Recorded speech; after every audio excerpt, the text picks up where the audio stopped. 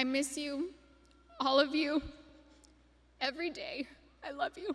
Vanessa Bryant leads an emotional goodbye to her husband, Kobe, and daughter, Gianna. Kobe was my dear friend. He was like a little brother. Basketball's greatest turnout among the thousands of fans to pay tribute. The Democratic presidential candidates are gearing up for another debate. We'll have all the details coming up in politics. Hi, I'm Melissa Sanchez. Titan Athletics and the Los Angeles Dodgers had a busy weekend on the field. We'll take a closer look coming up in sports. These stories and much more. OC News starts right now.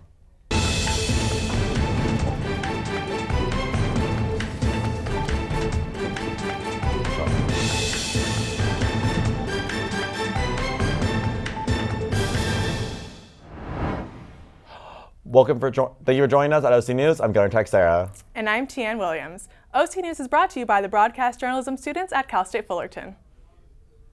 The world today mourned the loss of Kobe and Gianna Bryant. Family, celebrities, and fans packed the Staples Center to remember the lives of those lost in the January 26th helicopter crash. Our reporter, Chase Napier, has the story on everything that went on at today's memorial. Yeah, Gunnar. We'll take a look at what took place today celebrating the life of Kobe.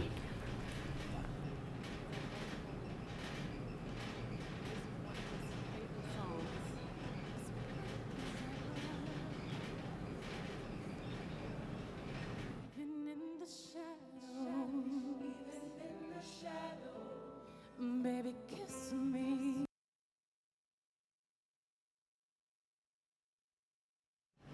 Thousands of fans, teammates, and friends of Kobe Bryant gather around the Staples Center Monday afternoon to celebrate the life of former Laker and NBA legend Kobe Bryant and his 13-year-old daughter Gianna. In attendance were NBA greats such as Shaquille O'Neal and Michael Jordan, as well as Lakers general manager Rob Pelinka and Vanessa Bryant, who all gave heartfelt tributes to Kobe. Kobe the dad, and Kobe the husband. Gigi, I will miss your sweet handmade cards, your sweet kisses, and your gorgeous smile. I miss you, all of you, every day. I love you. Kobe was a basketball legend and icon around the world, and fans continue to mourn as we say goodbye to the one and only Kobe Bryant. Before the start of the memorial, Vanessa Bryant filed a wrongful death lawsuit against the Island Express Helicopters, the company that owned Kobe Bryant's private helicopter. The lawsuit also accuses Ara Zobayan, the pilot during the January 26th flight, of neglecting to use proper care, as well as failing to keep distance between the vehicle and natural obstacles while piloting. Neither Vanessa Bryant's attorneys or Island Express has made comments about the situation. That's going to be it for me. I'm Chase Napier. Back to you guys at the desk. Coronavirus cases are on a rapid rise in South Korea, Italy, and Iran, leading to many travel restrictions to try and prevent the virus from further spreading. More than 79,000 cases have been confirmed worldwide, with 53 cases in the U.S. and the death toll reaching over 2,600 worldwide. The U.S. is doing everything it can to prevent the spread of the virus, including the cancellation of the Alabama evacuees. At this time, the CDP is no longer going to be a site where coronavirus patients will be transported. We're simply not prepared to help our fellow citizens at this time who have been diagnosed with this disease. Other countries are taking precautions to the threat of the virus as well. South Korea and Italy are limiting travel as the virus spikes in these countries. Pakistan and Turkey have closed their borders with Iran, and North Korea has quarantined hundreds of foreigners.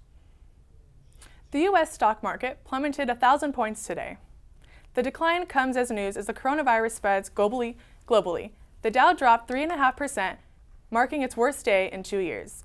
Many companies are beginning to fear this outbreak will affect sales directly and the profit targets for this year. Other global markets say downturns today, including European exchanges and Asia. A Manhattan jury reached a verdict on Monday in the Harvey Weinstein case. After weeks of graphic testimonies against Weinstein from several accusers, he maintained his innocence and claimed that all encounters were consensual. The former movie Mongol has been found guilty of 2 counts, including committing a criminal sex act in the first degree involving one woman and a rape in the third degree involving another woman.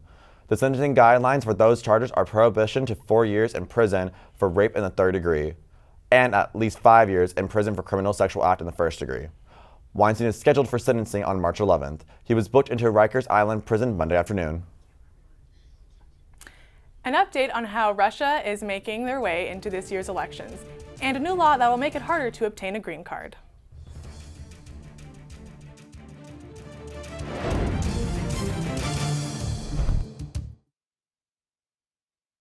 Your son wants to get a cat, but you're allergic. Do you A, prepare yourself,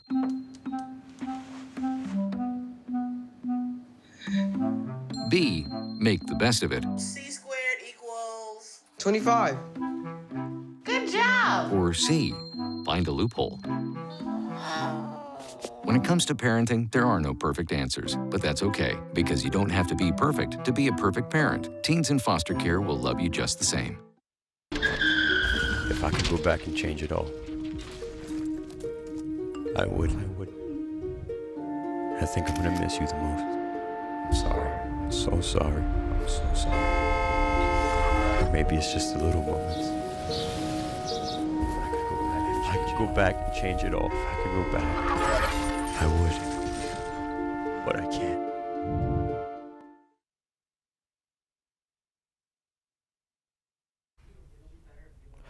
Today in politics, the 2020 election moves forward as the Democratic candidates span the country ahead of the Super Tuesday in the South Carolina primaries. And government officials are still actively fighting the rise of the disinformation ahead of November's presidential election. We have Kyle Fulbright at the politics desk to fill you in.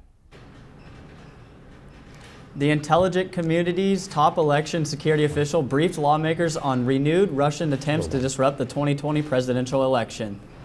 Intelligence officials believe that Russian operatives are using cyber attacks and social media disinformation as weapons, similar to their tactics in the 2016 election. The interference led to the 2-year special counsel investigation, which concluded that Trump's campaign welcomed, even praised, the assistance from Russia. Along with the president, Senator Bernie Sanders has been briefed on Russia's aim to bolster their campaigns and spread misinformation. The two candidates' responses were starkly different, with Senator Sanders warning Vladimir Putin against election meddling, while President Trump cast doubt on the intel. Senator Bernie Sanders has made history as the first candidate, Republican or Democrat, to win the popular vote in the first 3 primary caucuses: Iowa, New Hampshire, and Nevada. His Nevada win solidifies him as the Democratic frontrunner and proves his appeal to a large and diverse range of voters.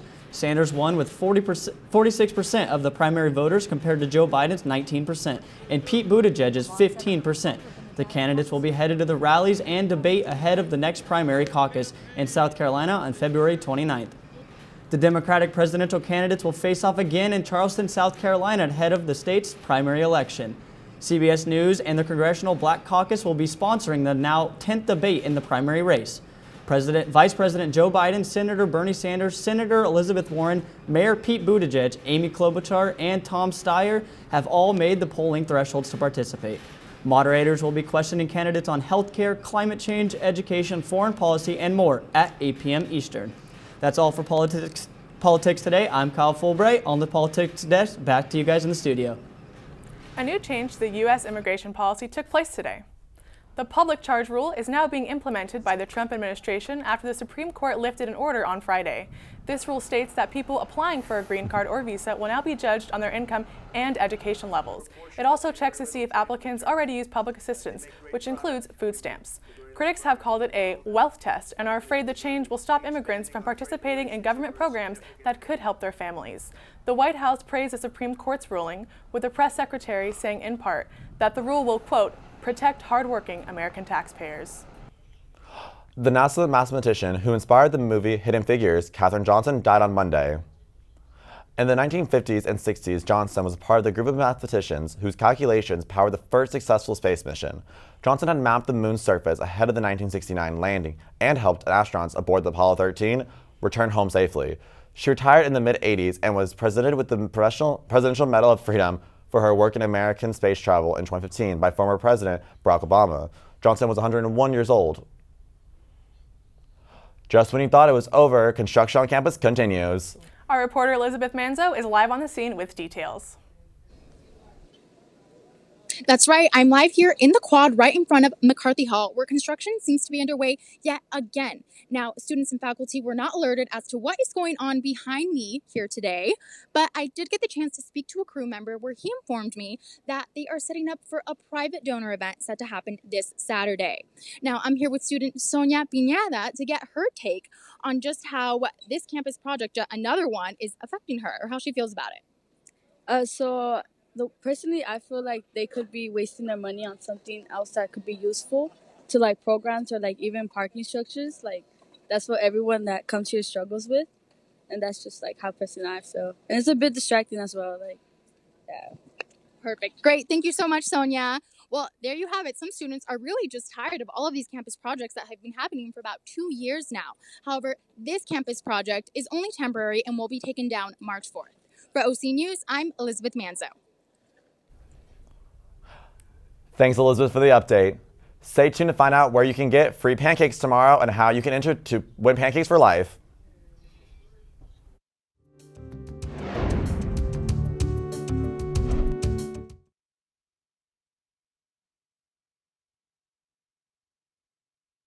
When I was in foster care, I never knew when I would have to move, so I always had my suitcase ready to go. Then one day, I was adopted. My new parents opened their hearts and home to me. My parents cook my favorite breakfast for me every morning. My parents take me on trips I never thought I would go on. They gave me a home and an even better reason to use that suitcase. My parents aren't perfect, but they're perfect for me. My mother was always very familiar with her neighborhood, but one day she stopped at the stop sign for much longer than usual. And she didn't know whether she should go forward or turn, and she wasn't even really sure where she was at.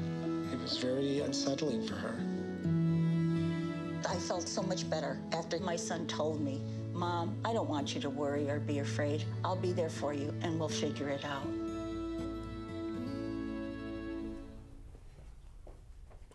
Now we'll hand it over to Melissa Sanchez, who will give us the latest on Titan Athletics. Thanks, guys. Titan baseball began at Goodwin Field with the 3-game series against Tulane. After dropping Game 1 1-0, the Titans would rebound in Game 2, winning 6-5. Looking to make the rubber match, the Titans would send Joe McGreasy to the mound. Let's check out the action. Cal State Fullerton versus Tulane. Winner would take the series, bottom of the second. Titans down 1. Josh Earps goes up the middle. Cade Connor and J.J. Cruz would score the runs. Titans take the lead 2-1. Top of the 9th, tied 3-3. Michael Weisberg flashes the leather and snatches the comebacker, a move that got him ejected. Later on, Zach Wise strikes out at the plate, and Tulane goes on to win 6-4 in 13 innings. Softball took on Utah, Notre Dame, Oregon State, and number 16 ASU in the Mary Nutter Classic this weekend. The Titans split their series 2-2 as they lost to Utah 8-7 and Oregon State 2-0. But dominated Notre Dame 5-4 and number 16 ASU 4-3. Freshman Megan Delgadillo led the Titans with 5 hits and a batting average of .422, scoring in 3 out of the 4 games. Trish Parks dominated the mound as she was the winning pitcher in both the Notre Dame and ASU games. The win over number 16 ASU is big for the Titans as it is the highest ranked win since the 2018 NCAA regionals against UCLA. They head into the Judy Garment Classic this upcoming weekend. Spring training is in full swing as teams begin play this past Saturday. At the Dodgers camp, all eyes have been on the team's superstar outfielder Mookie Betts, who went 2 for 3 today against the Chicago White Sox. The Dodgers are off to a hot start in the Cactus League with a 2-0 record. Down in Florida, the Houston Astros second baseman Jose Altuve received boos during his first plate appearance in response to the sign-stealing scandal that developed in the offseason. I don't know about you guys, but I love free stuff and pancakes. IHOP is holding their National Free Pancake Day tomorrow, February 25th. In addition to that, they will be having raffles where you can win IHOP gear like a free bike, scooter, or jacket. Also, you have an opportunity to win pancakes for life. I like the sound of that. That's everything for today. Thanks for tuning in. I'm Tian Williams. And I'm going to check Sarah. Don't forget to follow us on Instagram and Twitter at OC News CSUF for updates on breaking news. Thank you and goodbye.